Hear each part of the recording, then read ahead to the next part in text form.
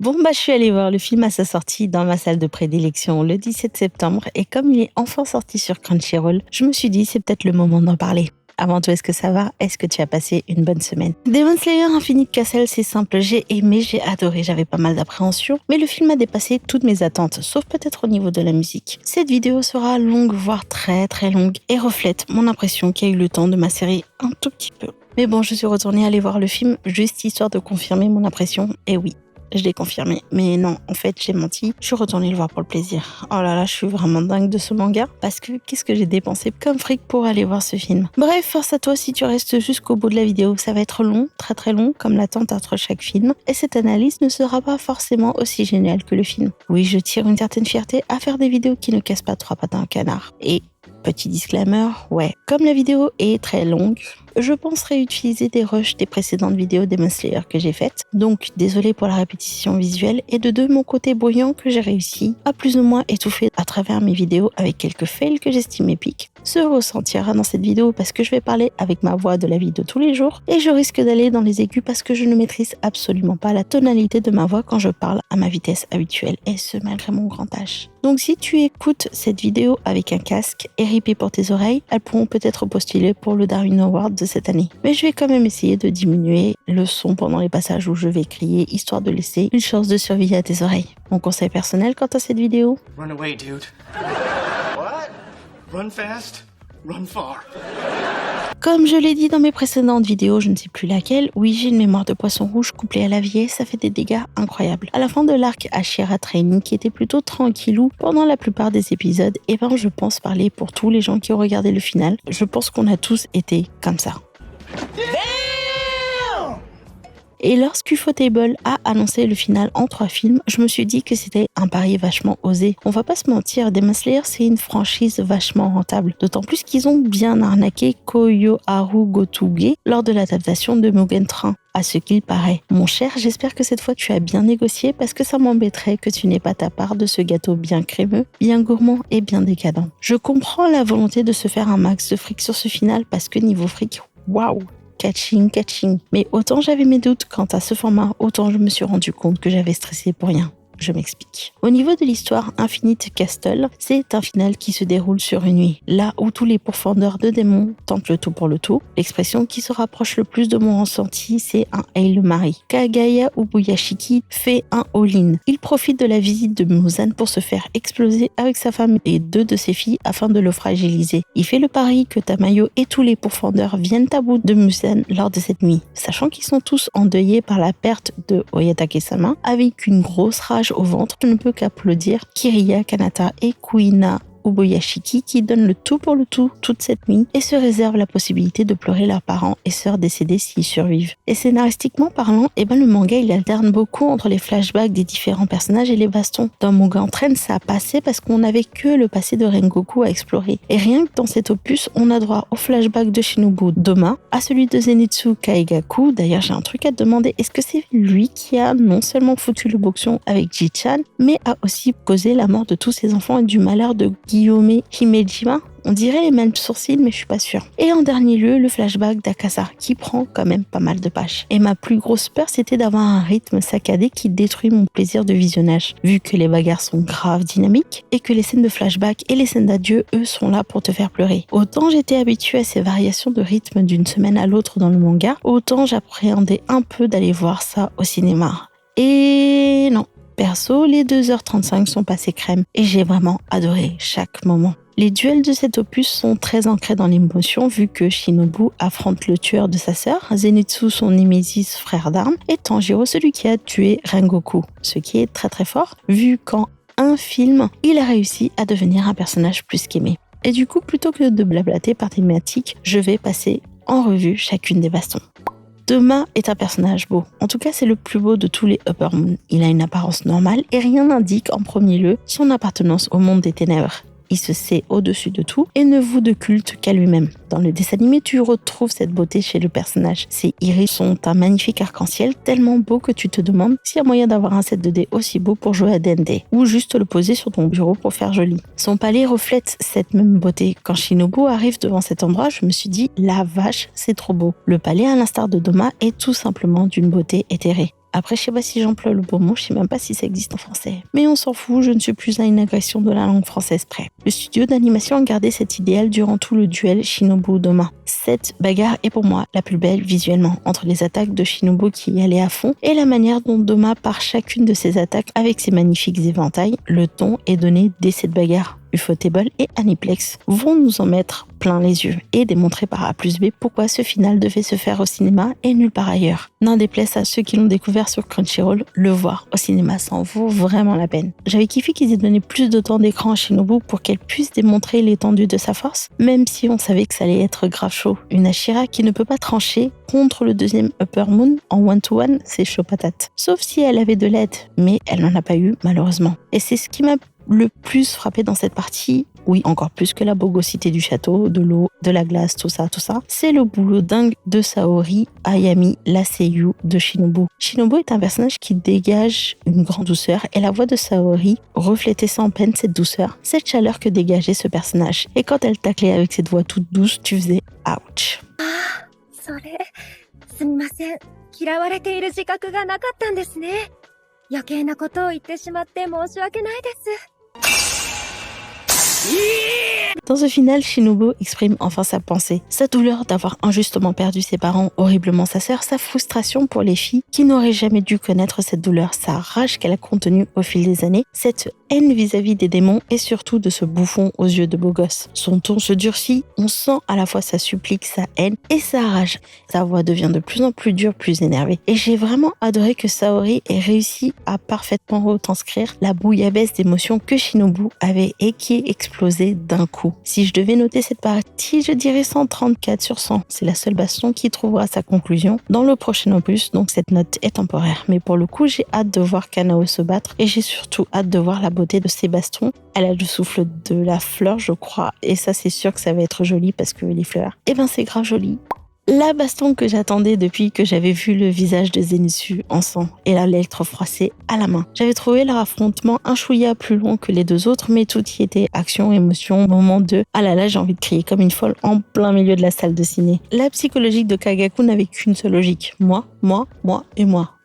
Oui, il s'est toujours placé au-dessus de tout, mais tout en étant un bosseur. Zenitsu et Kagaku représentent parfaitement le yin et le yang, diamétralement opposés mais complémentaires, quelque chose que Ji-chan pouvait voir du haut de sa sagesse. Kagaku bosse durement et attend le meilleur des autres et n'arrive à utiliser que 6 formes sur 7, la première lui échappant. Et Zenitsu, on va pas le refaire, mais quand j'ai vu au ciné Zenitsu dans le trou en train de crier Ji-chan, j'ai rigolé et je me suis dit que ça le représentait parfaitement. L'anime focalise parfaitement le flux des événements à travers les deux regards, celui de Kagaku qui a cédé aux sirènes du pouvoir et qui n'éprouve aucun regret, et celui de Zenitsu qui essaie quand même de ramener celui qu'il admirait autrefois à la raison. Et tout ça, dis-toi que c'est que du blabla. Ils échangent quand même quelques coups de katana pendant leur échange. Ufotable a décidé de miser sur les couleurs. Tu sais, le rouge pour représenter Kagaku, soit parce que c'est un bébé démon qui vient de boire des litres de sang, soit parce que c'est la couleur qui se rapproche le plus de celle de Zenitsu qui arbore du jaune-orange. Et ça donne un tableau plutôt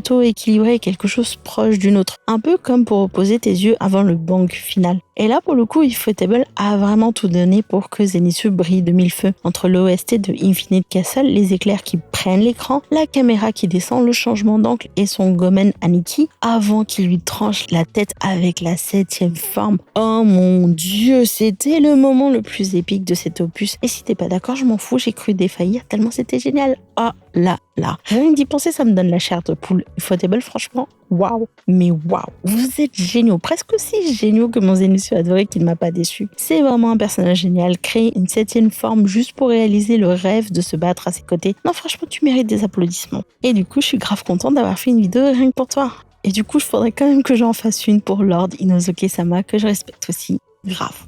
Là, on va rentrer dans la partie la plus lourde et la plus longue du film, parce qu'on le savait tous, c'est cette bagarre qui allait être chouchoutée vu qu'elle implique Tanjiro et celui qui a tué notre bien-aimé Rengoku avec la participation de Giyu, qui fait soit de l'aura farming en s'évanouissant à genoux, soit s'évanouit dans une pose protectrice de celui qui choisit de protéger. À toi de me dire si tu vois ça comme un truc noble ou comme un côté je pose pour la photo en commentaire. Et que dire, c'était sublime. Il y a 2 trucs qui m'avaient grave tapé à l'œil durant ce passage. D'abord, le boulot incroyable de l'animation de Laori de Giyu. Ce truc-là, ça doit être un vrai casse-tête vu qu'il y a 2 motifs différents, donc doublement chiant. Non, son Aori flotte avec une fluidité incroyable, à l'image de sa confrontation avec Akaza. C'est beau, c'est impressionnant, c'est fluide. Ils ont multiplié les angles de vue concernant cette baston, dont un avec Tanjiro qui zonnait tranquillement en mode flashback pendant que Gyo était en train de se battre pour sa vie. J'avais quand même grave rigolé à ce passage, tout comme j'ai grave ri quand il fait à Akaza « je vais te défoncer » alors qu'il avait l'avantage.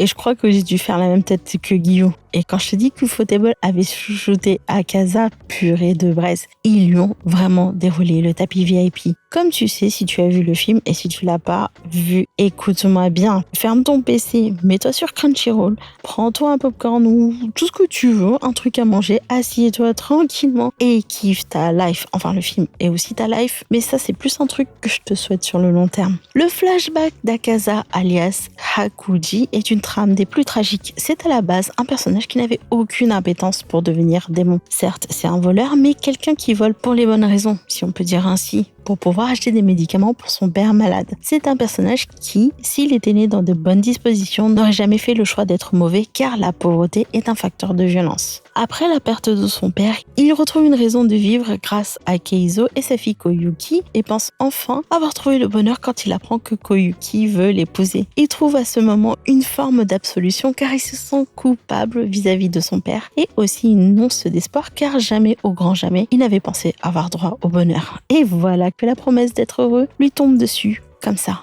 Et malheureusement pour Hakuji, cet espoir lui est refusé de la manière la plus horrible qui soit. Il se retrouve tout seul pour seul compagnon, regret, culpabilité et désarroi. Et c'est à ce moment que Muzan Jackson lui propose de devenir démon, chose qu'il accepte. Perso, là je pense sincèrement que c'est pas un consentement éclairé, vu qu'il est en état de choc et super malheureux. Mais on peut en débattre dans les commentaires si tu veux, tant que c'est respectueux. Akaza dit qu'une fois devenu démon, il n'avait qu'une idée en tête, devenir le plus fort. Et c'est là que je pense qu'on tient l'une des sous-trames les plus puissantes que Koyo Haru Gotogo est écrit dans Demon Slayer. Elle a réussi à rendre un personnage détestable humain en lui donnant un flashback des plus tragiques. Ufotable a vraiment mis les moyens, encore une fois, pour sublimer encore plus ce personnage. À la lecture de ce flashback, on comprend mieux pourquoi son compas a la forme d'un flocon de neige, un rappel direct de celle qu'il a aimée de tout son cœur, vu que le Yuki de Koyuki veut dire neige. Et merci à Kakai 910 de Reddit pour m'avoir appris cette info. Et pourquoi chacune de ces attaques porte un nom de feu d'artifice? Ce fameux feu d'artifice étant une promesse sacrée pleine de sens pour Koyuki et donc pour Hakuji. Ufotable a fait un boulot mais juste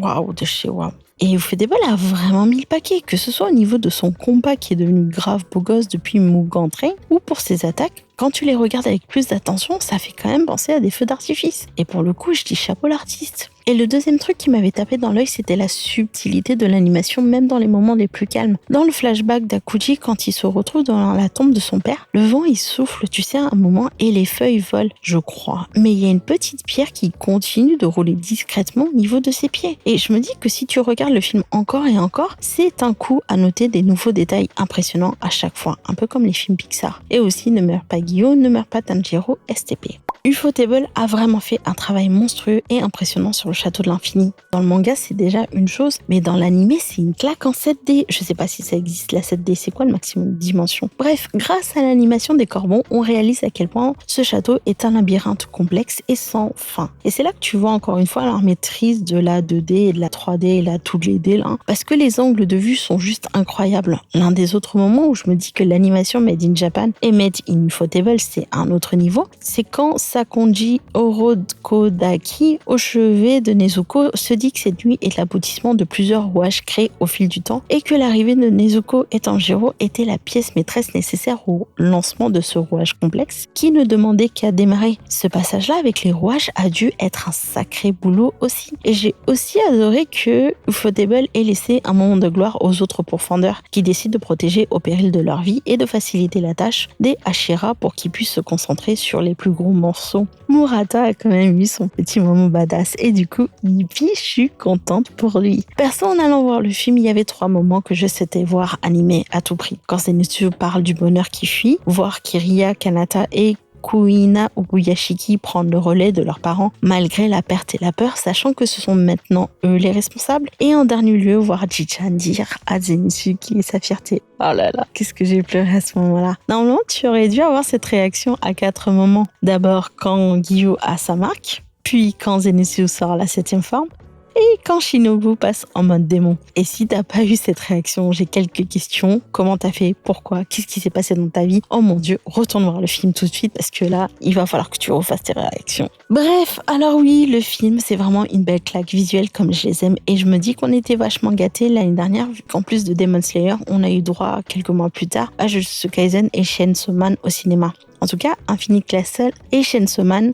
seront peut-être les mangas qui redéfiniront l'animation dans le futur. Les animés qui ont bénéficié d'une sortie au cinéma ont clairement bien marché. Maintenant, reste à savoir si ce sont des cas uniques ou si ça va se généraliser parce que mes chères salles de ciné, il y a vraiment du fric à se faire. Laisse-toi tenter. Perso, je veux juste remercier Pathé d'avoir mis mes Demon Slayer dans leur salle lounge et aussi dans leur salle Dolby Surround, même si je suis sûre qu'ils n'ont pas vu mes vidéos précédentes où je faisais du lobbying toute seule dans mon coin. Alors oui, ce sont des salles qui coûtent cher, mais comme je suis un vrai pigeon consentant, j'ai payé avec des larmes de joie et des larmes de tristesse parce que purée, qu'est-ce que ça coûte cher ces salles. Et au vu de cet opus, malgré mon impatience, je comprends et conçois qu'on doive encore attendre 2 ans pour voir la suite et 4 ans pour voir la fin. Ce dessin animé mérite vraiment toutes les acclamations qu'on lui fait et il y a un vrai boulot derrière chacune des scènes qui sont dessinées. Prendre 2 ans pour voir la suite est le moindre prix à payer si l'animé reste aussi qualitatif. Et là, je vais passer à ma partie attendre pour le prochain opus. On a déjà eu une victime et Dieu seul sait combien de personnes on va perdre dans les 2 prochains animés. Et quelque part, je suis pas prête parce que je suis attachée à chacun des Ashira. Même Sanimi, aussi insupportable soit-il. Je sais qu'il y a un cœur derrière cette façade froide et énervée. Et je pense aussi que je vais quand même prendre un paquet ou 2 ou 3 de mouchoirs au cas où. Mais après, il y a Lord Inosuke-sama qui devrait quand même avoir enfin son moment de gloire vu qu'il a harcelé un pauvre corbeau pour qu'il le mène à un Upper Moon. Mais sinon, est-ce que toi tu as vu le film? Quel est le moment que tu as le plus aimé? Quelle est l'animation qui t'a le plus impressionné? Et c'était quoi la dernière question déjà que je voulais poser? Ah oui, quelle a été ta réaction quand Tanjiro dit à Akaza je vais te tuer? Et si tu as un semblant d'explication sur pourquoi il s'est annoncé, je suis preneuse. Juste une requête, ne spoil pas dans les commentaires ce qui va se passer dans les prochains opus STP, je t'en serai gré. Voilà, je pense qu'il est temps de faire une pause sur Demon Slayer pendant un petit bout de temps. Rendez-vous dans 2 ans. Peut-être avant si je réussis à faire une vidéo sur Lord Inosuke-sama, maître incontesté en baston et qui ne craint pas les poisons avant de parler du 2e opus qui j'espère aura autant de succès. Quelque part j'espère quand même que cette trilogie de Demon Slayer marquera quand même l'histoire, mais à voir. Du coup, je pense qu'il est temps de se quitter parce que j'ai sacrément blablaté. Si t'es encore là, merci d'avoir suivi. Et n'hésite pas à laisser ton avis dans les commentaires, j'ai hâte de le lire. Et comme d'habitude, il est temps pour moi de te souhaiter un bon dimanche, une bonne semaine. Et je te dis à dimanche prochain. いい夜だね。